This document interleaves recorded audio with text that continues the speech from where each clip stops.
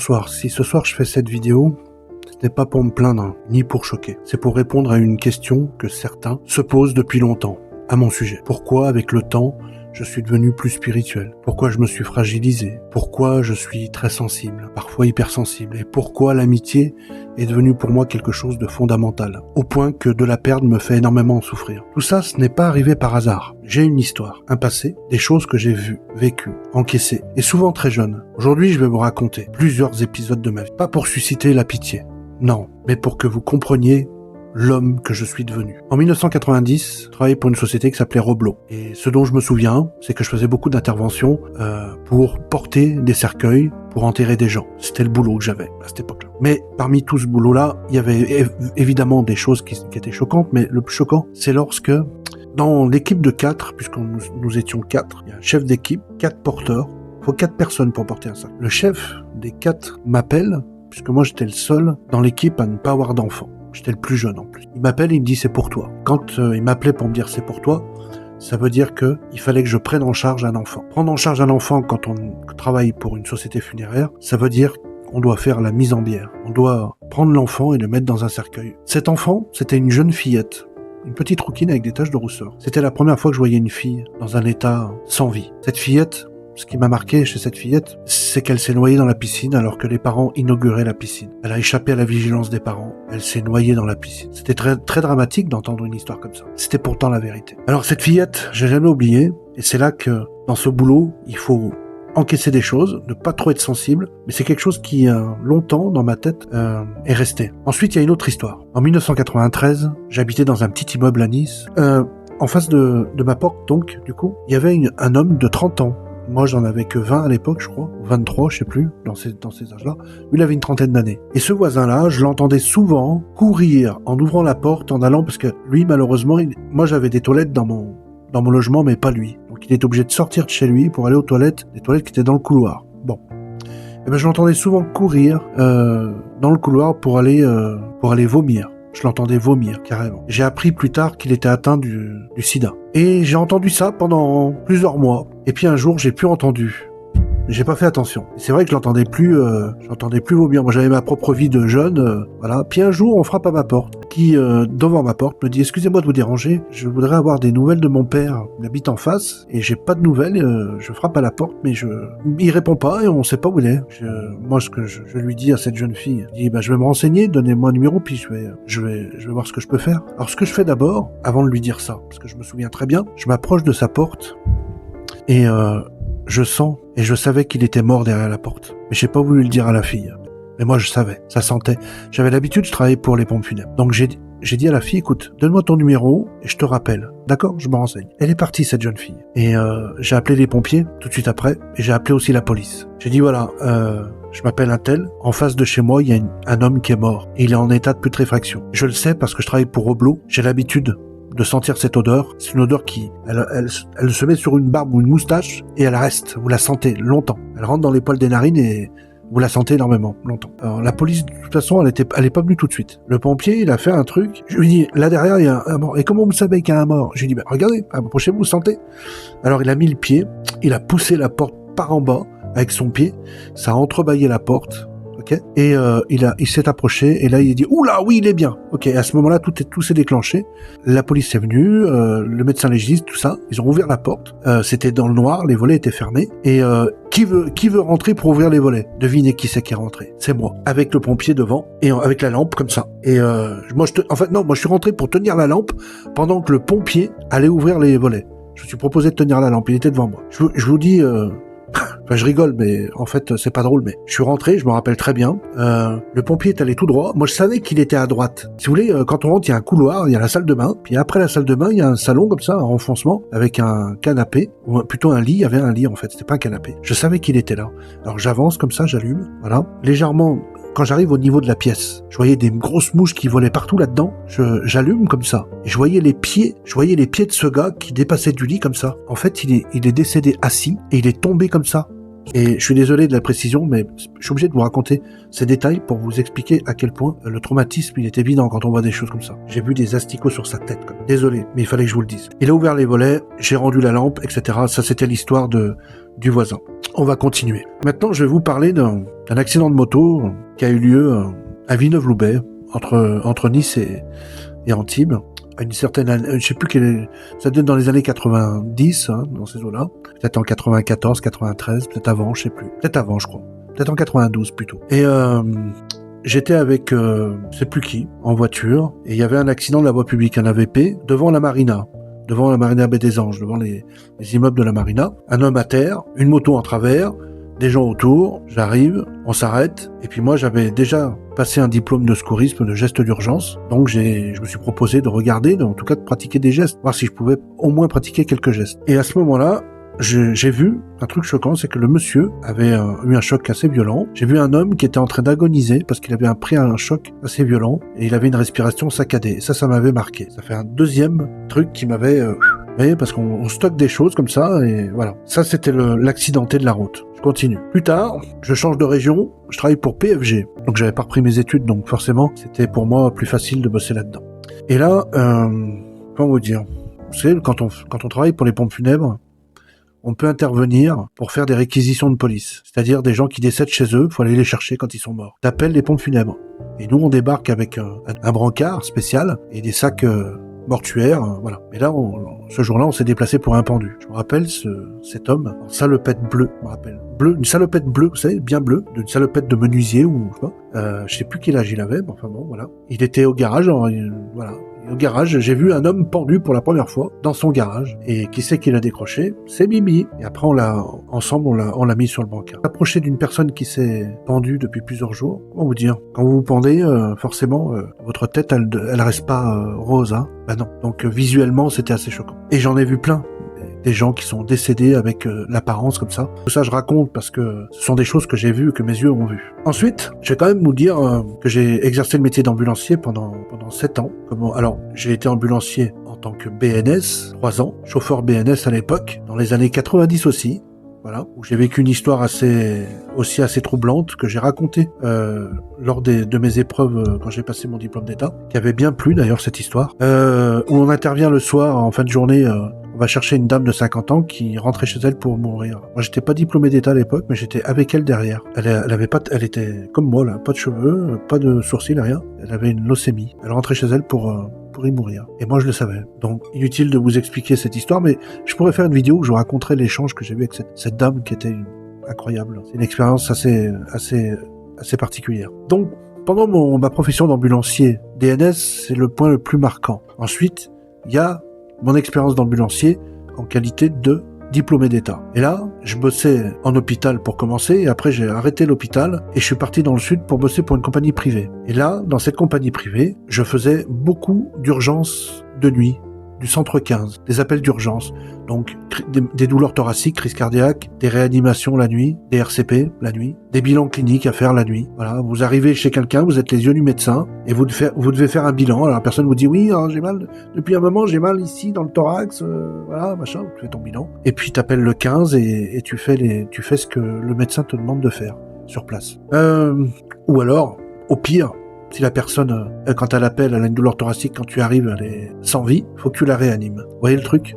Et ça, c'est la nuit à 3h du matin. Tu embarques chez quelqu'un et tu es obligé de l'emmener à l'hôpital de Marseille et tu reviens, t'as pas dormi de la nuit.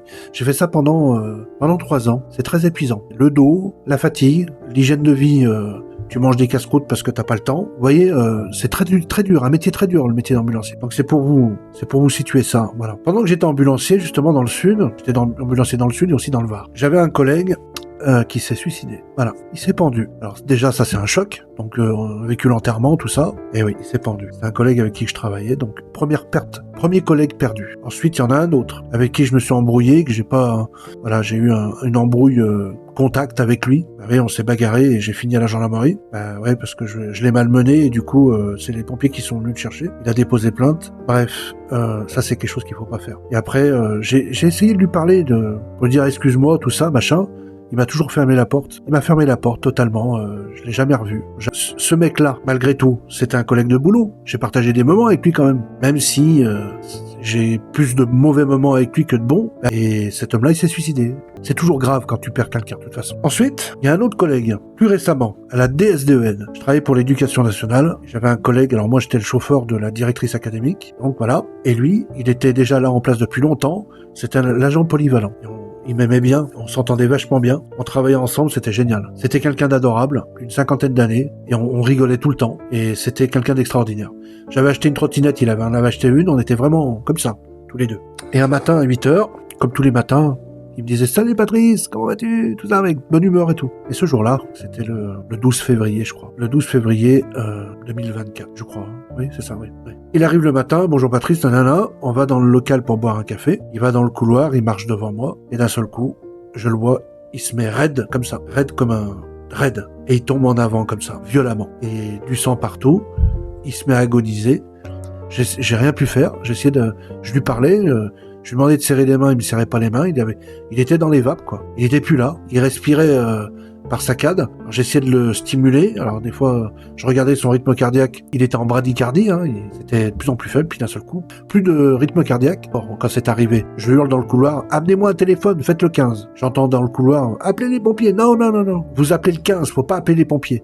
Tu appelles le 15 directement. Voilà. Il est mort sous mes yeux. J'avais ses mains dans les miennes. Voilà. Et j'ai vécu ça. Oui, j'étais ambulancier. J'ai vu des gens dans cet état-là, mais pas des collègues. Quand c'est quelqu'un que vous connaissez, c'est pas pareil. Alors, au moment où il y avait plus de rythme cardiaque et que j'allais le mettre à plat d'eau, je me suis fait aider par une collègue qui était présente. Le SMUR était là parce ils se mettent pas longtemps pour venir. Le SMUR est arrivé. J'ai expliqué, je leur ai fait le topo de ce qui s'est passé. Ils ont pris le relais. Et voilà. Et donc, du coup, même après, en continuant à travailler, ça a été dur pour moi. Des crises d'angoisse, c'était un trop. C'est tout ça à la fois. Vous voyez? Ça fait beaucoup quand même, hein.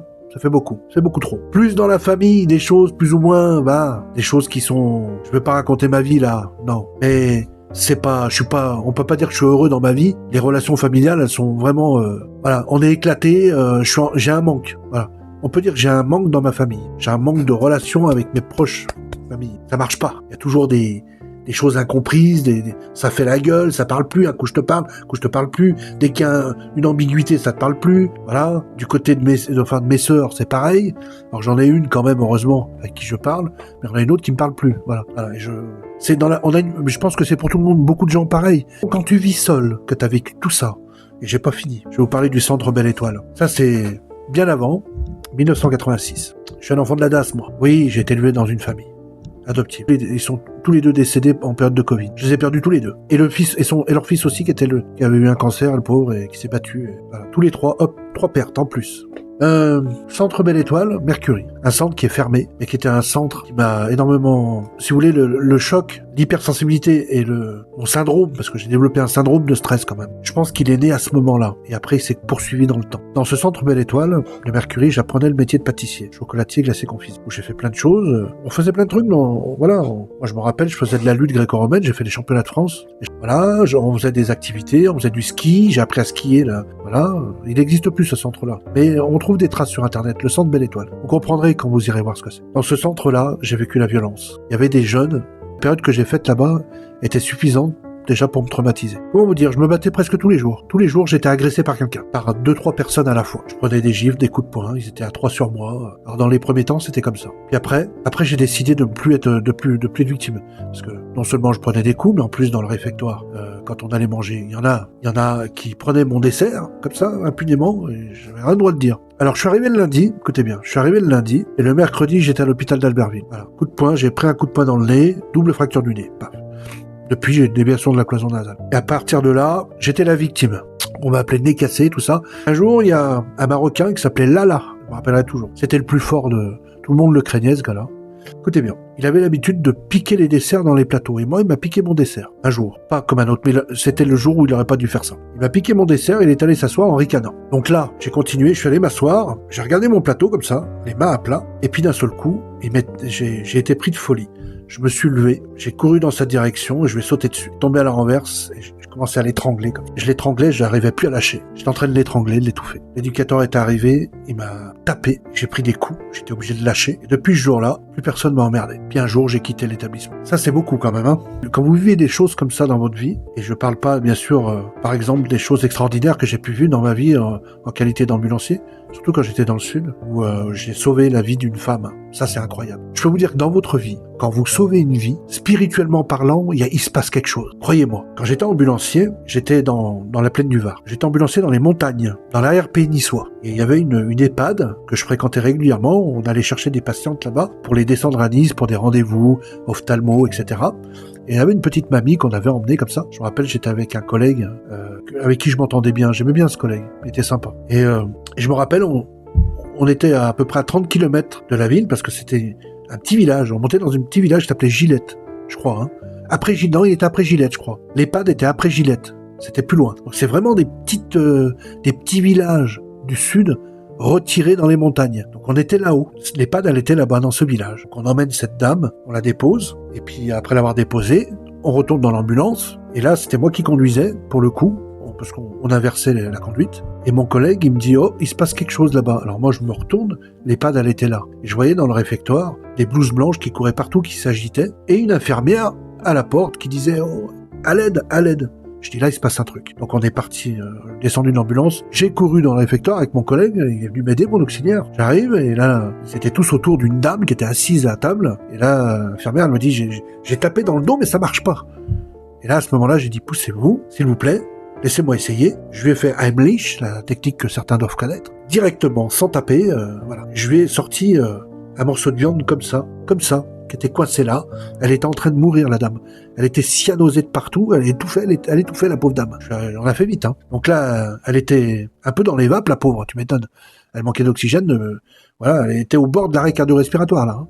Elle était en train de mourir, là. Il était temps, hein. Donc j'ai sauvé la vie de cette dame. Et je peux vous dire que c'est pas tout de suite qu'on se rend compte que c'est important. Je peux vous dire, quand vous sauvez la vie de quelqu'un, là-haut, il se passe quelque chose. Il se passe quelque chose et vous le ressentez dans votre vie après. Spirituellement parlant, il se passe des trucs. Je suis en train de vous dire que le Seigneur, il vient jusqu'à vous. Il se passe, vous êtes en contact avec le ciel. Et le fait d'avoir sauvé cette vie, j'ai eu l'impression, pendant un certain temps, que le ciel me remerciait d'avoir fait ça. Vous savez, c'est important de sauver des vies.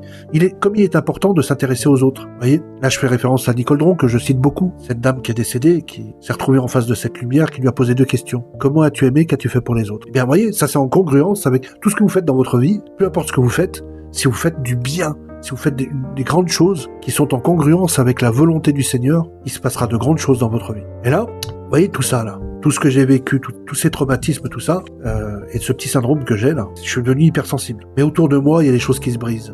Et ça me fait mal. Des amis qui sont plus amis, voilà. Des copains, des superbes copains qui sont plus copains, parce que un jour ils comprennent pas pourquoi, voilà, un jour vous êtes pas fait comme un autre, et chacun a ses problèmes, et puis chacun prend ses problèmes pour soi, et ne va pas essayer de comprendre ceux des autres, ou pas longtemps, vous voyez, c'est souvent ça. Et malheureusement, l'inévitable se produit, le mutisme total, bah, terminé. Vous essayez de vous éloigner pour faire le point, et cet éloignement est mal perçu, et puis poum, un mur se dresse, terminé. Et c'est souvent comme ça. Après, dans votre famille, voilà.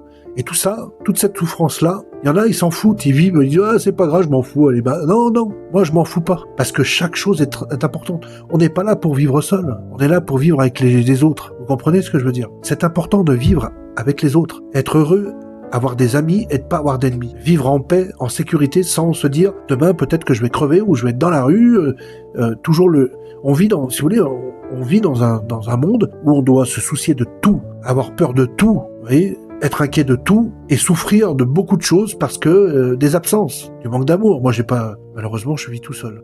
J'aime une femme, mais malheureusement, cette relation, elle est pas possible, apparemment. Et elle aussi, mais bon, c'est réciproque, mais on veut pas vivre ensemble. C'est bizarre. Je comprendrai mieux un jour. Pour l'instant, je pense qu'ici-bas, il y a des choses que je sais pas, mais que je saurai après. Alors pourquoi aujourd'hui? Et je termine par ça, parce que c'est un peu long ma vidéo. Pourquoi aujourd'hui, je vous dis tout ça? Parce que quand on a vécu tout ça, quand on vit toutes ces choses-là, il est évident qu'on se fragilise. On a le cœur qui saigne. Vous voyez là, c'est juste le dernier exemple. Il y avait quelqu'un avec qui j'aimais beaucoup parler, qui est spirituelle, qui est chrétienne, mais catholique plutôt, que depuis 20 ans je connaissais. J'ai souhaité la bonne année. On n'avait pas, depuis longtemps, je n'avais pas donné de nouvelles. J'ai parlé de l'église auquel j'appartiens. Ça a tourné au vinaigre. Elle reconnaît pas l'église auquel j'appartiens. Non. Et du coup, j'ai entendu démons, machin, secte ou je sais pas quoi. Des trucs n'importe quoi. Elle m'a traité de gourou. Non mais, pour vous dire, j'étais obligé de mettre fin parce qu'à un moment donné, elle était trop menaçante. Et je vous rassure, j'appartiens à aucune secte. Je suis dans une église où on prie Jésus-Christ. C'est une église chrétienne. Voilà. Et elle n'a pas compris. Elle est des catholiques. Les catholiques ne reconnaissent que le catholicisme. Bon bref. Je voulais vous raconter ça parce que je voulais que vous compreniez. Si aujourd'hui je suis comme je suis, sensible, attaché à l'amitié, parfois fragile, ce n'est pas par faiblesse. J'ai vu et j'ai vécu beaucoup de choses. Trop tôt et trop souvent. Et si je vous ai raconté tout ça, c'est pour que vous compreniez que derrière un comportement, il y a presque toujours une histoire. Je vous remercie.